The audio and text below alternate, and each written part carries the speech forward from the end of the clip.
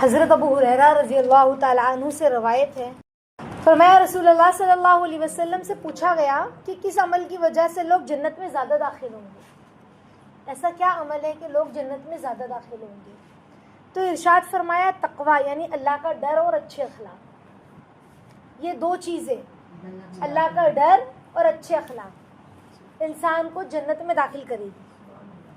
اور آپ صلی اللہ علیہ وسلم سے پوچھا گیا کہ کس عمل کی وجہ سے لوگ جہنم میں زیادہ جائیں گے؟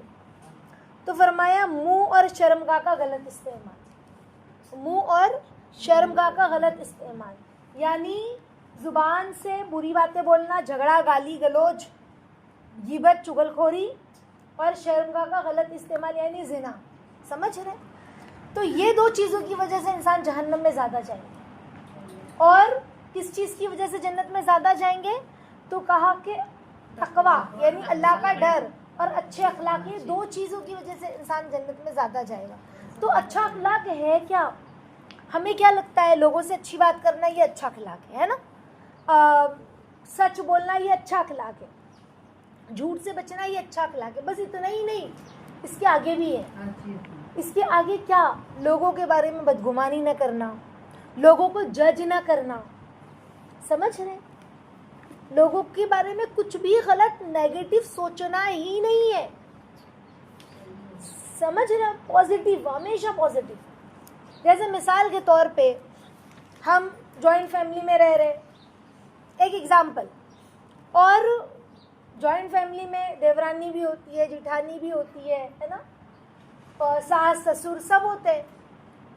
اب ہوا یہ کہ بیٹا جو ہے وہ تھیلی میں کچھ بیڈ روم میں لے کے گیا، تو ماں کیا کہنے لگی پیٹھ پیچھے اپنی بیٹی کو کہ ضرور کچھ لے کے آیا ہوگا اور اپنی بیوی کو چپ چاپ کھلا رہا ہوگا. سمجھ رہے؟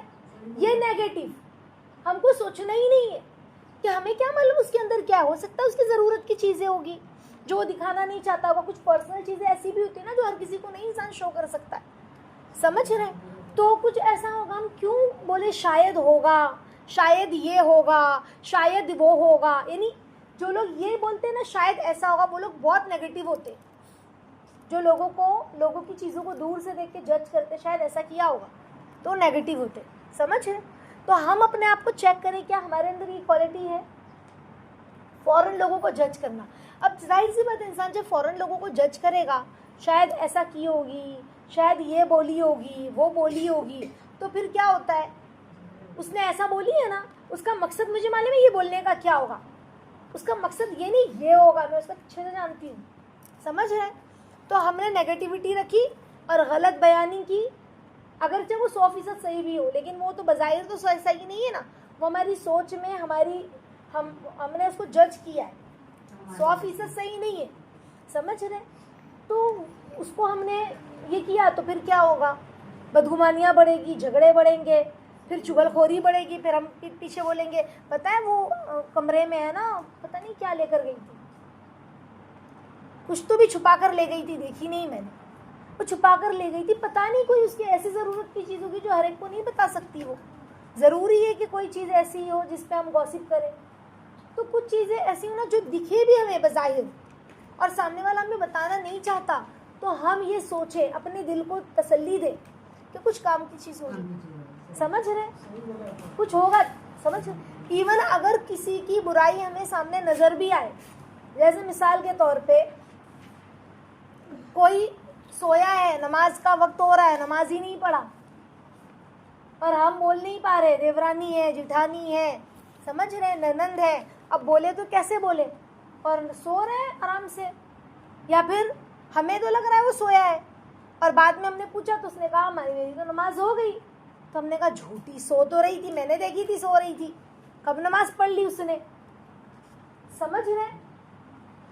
تو جب اس نے کہہ دیا ایک بار زبان سے کہ میں نے نماز پڑھ لی، تو ہمیں ایسا ہے کہ ہو سکتا ہے اس نے فرض جلدی سے ادا کر کے سو گئی اور میں دیکھ نہیں پائی ہوں. سمجھ رہے؟ مجھے نہیں معلوم پڑا ہو، میری تھوڑی سی نظر ہٹی ہو، 4 رکعت پڑھنے میں کتنا ہی منٹ لگتا ہے، ہو سکتا ہے اس کی طبیعت میں گراوٹ جلدی سے پڑھ کر فوراً بستر پر چلی گئی ہو. سمجھ رہے؟ ہمیں اس کو جج نہیں کرنا اور بولنا نہیں مجھے معلوم تھا وہ سو رہی تھی، میں نے اپنی آنکھ سے دیکھی، جھوٹ بولتی، نماز نہیں پڑھی اس نے. سمجھ رہے ہیں؟ تو دیکھو یہ دو چیز یعنی کتنی گہرائی ہے ان باتوں میں، ہم اپنی زندگی میں ہمیشہ یاد رکھیں. اگر ہمیں سامنے والے نے کہہ دیا ہے سو کہہ دیا، ہم اس کو مان لیں. تو ہمیں اتنا زیادہ اپنے آپ کو بچانے کی ضرورت ہے. تو کہا یہ دو چیز کی وجہ سے، انسان اچھے اخلاق کی وجہ سے اور اللہ کا ڈر تقوی کی وجہ سے جنت میں جائے گا. تو جب انسان اچھا اخلاق میں یہ چیز داخل ہے نا، لوگوں کے بارے میں صحیح سوچنا، سمجھ رہے، اور اللہ کا ڈر ہوگا تو کسی کے بارے میں غلط سوچ ہی نہیں سکتا نا، سمجھ رہے. انشاءاللہ ہم سب اس چیز پر دھیان دیں. ہم سب کے گھر میں کوئی نہ کوئی کہیں نہ کہیں معاملہ ہوتا، کہیں پڑوسی ہو گئے، پڑوسی کو لے کے ہی انسان کو غلط فہمی ہونے لگتی ہے، سمجھ رہے. کہیں گھر والوں کو لے کے، کہیں دیورانی، کہیں جٹھانی، کہیں نند، کہیں بھابھی. تو ہمیں انشاءاللہ اپنی غلط فہمی کو ہمیشہ جھٹکنا ہے اور کسی کے لیے دل میں خیال نہیں لانا ہے، ورنہ ہمارے دل میں کبھی محبت نہیں پیدا ہو سکتی. اس کا مطلب یہ ہے کہ ہم محبت پیدا ہی نہیں کرنا چاہتے اپنے گھر والوں سے. اگر ہم اپنے گھر والوں سے، اپنی دیورانی سے، اپنی جٹھانی سے، اپنی ننند سے، اپنی بھابھی سے، اپنی چچی سے، اپنی پھوپھی سے، ہمارے رشتوں میں ہم چاہتے ہیں کہ محبت پیدا ہو، تو ہم اس کو جھٹک دیتے. لیکن ہم چاہتے ہی نہیں ہیں محبت پیدا کرنا، ہم بڑھنا ہی نہیں چاہتے ہیں. ہمارے اندر کہیں نہ کہیں یا تو جلن ہے، حسد ہے، تبھی ہم ایسا کر رہے ہیں. یہ ساری چیزیں انسان کو بدگمانی کی طرف لے جاتی ہے، حسد، جلن، سمجھ رہے. تو بہت ساری چیزیں ہیں. یعنی آپ سوچیں کہ انسان اسی میں گھوم پھر کے رہ جائے تو عبادت سے بھی دور، اخلاق سے بھی دور، اور سب سے زیادہ یہ چیزیں ہم عورتوں میں ہوتی ہیں. تو ہمیں اپنے آپ کو انشاءاللہ پیور بنانا ہے. کیا بنانا ہے؟ پیور اور اچھا بنانا ہے، مخلص اور خالص بنانا ہے، تبھی دلوں میں محبتیں ہوں گی. حضرت برا بن عازب رضی اللہ تعالیٰ عنہما سے روایت ہے کہ ایک دیہات کے رہنے والے صحابی نے رسول اللہ صلی اللہ علیہ وسلم کی خدمت میں حاضر ہو کر عرض کیا، یا رسول اللہ صلی اللہ علیہ وسلم، مجھے ایسا عمل بتا دیجئے جو مجھے جنت میں داخل کر دے. رسول اللہ صلی اللہ علیہ وسلم نے چند اعمال ارشاد فرمائے، جس میں غلام کا آزاد کرنا، قرض دار کو قرض کے بوجھ سے آزاد کرنا، ہاں، اور جانور کے دودھ سے فائدہ اٹھانے کے لیے دوسروں کو دینا تھا. سمجھ رہے. اس کے علاوہ دوسرے کام بھی بتائے. پھر ارشاد فرمایا، اگر یہ نہ ہو سکے تو اپنی زبان کو بھلی بات کے علاوہ بولنے سے روکے رکھو. یہ سارے عمل کرو، اچھے عمل. کیا عمل؟ غلام آزاد کرو. کوئی بہت قرض میں ڈوبا ہوا ہے تو اس کے قرض کی تم ادائیگی کر دو. سمجھ رہے. جیسے بہت سارے لوگ نہیں، جیل میں بہت سارے قیدی زبردستی بے گناہ ہیں تو پیسہ دے کر ان کو کیس حل کرواتے ہیں، ان کو پیسہ دیتے، اپنا مال لگاتے ہیں کہ بھئی قیدی چھوٹ جائے، ہے نا، جو بیچارہ جیل میں قید ہے. اسی طرح سے اچھے اچھے کام کرتے. تو اللہ کے نبی نے یہی فرمایا صلی اللہ علیہ وسلم نے کہ غلام آزاد کرو، یا پھر تمہارے پاس مال ہے تو قرض دے کر، جو قرض کے بوجھ میں ڈوبا ہوا ہے، پھنسا ہوا ہے، اس کو قرض دے کر اس کو آزاد کروا دو، ہے نا. اور جانور کے دودھ سے خود اکیلے فائدہ مت اٹھاؤ، اوروں کو بھی دو جانور کا دودھ. بعض لوگ کیسے ہوتے ہیں، رشتہ دار ہیں ہمارے اطراف میں، اڑوس پڑوس میں، پہلے زمانے میں اکثر جانور لوگوں کے گھروں میں ہوتے تھے.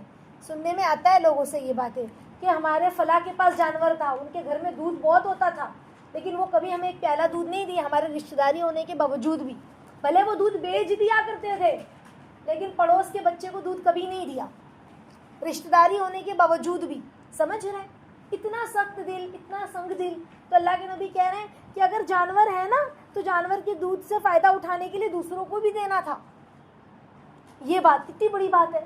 اب تو ہر جگہ پر ڈیری ہے اور انسان آسانی سے دودھ خرید سکتا ہے. پہلے گاؤں وغیرہ میں دودھ جلدی نہیں ملتے تھے، جس کے پاس جانور ہوتا تھا اس کے پاس دودھ مل جاتا تھا، جس کے پاس جانور نہیں ہوتا تھا تو بیچارے گڑ کی کالی چائے میں دودھ کی روٹی، کالی چائے میں روٹی ڈبا کر چائے پی لیتے تھے.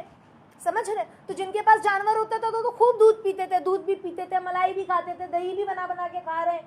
سمجھ رہے. سیر ہو رہے گھر والے، لیکن پڑوس میں چچا ہے، پھوپھی ہے، سمجھ رہے، بھتیجا ہے، بھتیجی ہے، نواسی ہے، ان کو نہیں دے رہے. یا پھر رشتہ دار ہے، گاؤں میں لوگ رشتہ دار ہوتے تھے نا، ان کے گھر میں بھی بچہ ہے، کبھی ان کے گھر ایک پیالہ دودھ بھجوا دیا، ایسے نہیں. تو دھیرے دھیرے لوگوں کے دل چھوٹے ہوتے چلے گئے. پہلے لوگوں کے دل اتنے بڑے تھے کہ گلاس بھی اتنا بڑا ہوتا تھا اسٹیل کا، لوگ آتے تھے تو بھر کے دودھ دیا کرتے تھے، پیش کرتے تھے. دھیرے دھیرے لوگوں کے دل اتنے کم ہو گئے کہ اتنے چھوٹے کپ پر آ گئے. ہے نا, اور اس میں بھی آدھا پانی اور آدھی چائے اور دودھ. تو دل چھوٹے ہوتے ہی چلے گئے. تو اللہ کے نبی نے کہا یہ سارے کام کرو, یعنی لوگوں کے کام آنا. اور اگر تمہارے پاس مال وغیرہ نہیں ہے, یہ ساری چیزیں نہیں ہیں تمہارے پاس, تو زبان کو بند رکھو, یہ کام کرو.